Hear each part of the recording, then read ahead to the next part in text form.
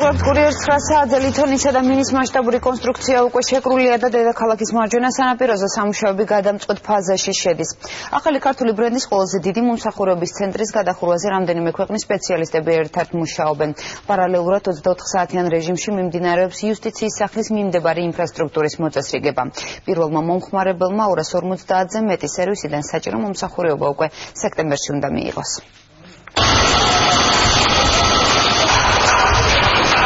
სოფლიოში ყველაზე დიდ მომსახურების ცენტრში გადახურვითი სამუშაოები სრულდება.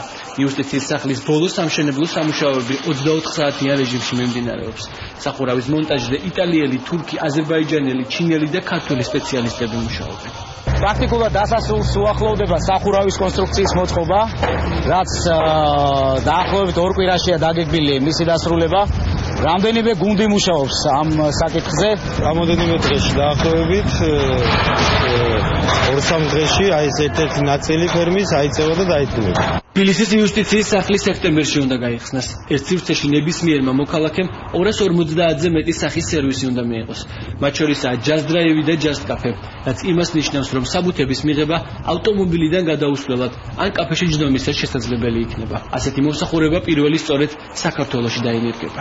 თავარი არის, რომ ყველაფერი ორგანიზებულია პიროვნების კომფორტზე, მოქალაქის კომფორტზე, რომ არ გქონდეს ზედმეტი დოკუმენტები მოტანილი, რომ არ იყო დადგეს რიგში, რომ სწრაფად მოვემსახუროთ, რომ მაქსიმალურად ყოველს კონდეს გამარტივებული პროცედურები. მშენებლობის პარალელურად იუსტიციის სახლის გარშემო ინფრასტრუქტურის მოწესრიგება მიმდინარეობს. შენდება ახალი ესტაკადა ბარათაშვილის ხიდთან, რომელიც მარცხენა და მარჯვენა სანაპიროებს ერთმანეთთან დააკავშირებს.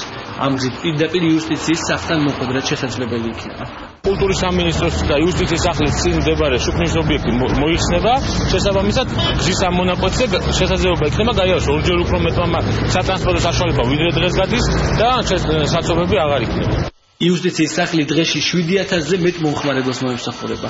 სხვა უკვე დანერგილ სერვისებთან ერთად აქ ბანკების ოფისებიც განთავსდება. პროექტის დასრულების შემდეგ სერვისებს მოქალაქეები ერთ შენობაში 5 წუთზე ნაკლებ დროში მიიღებენ.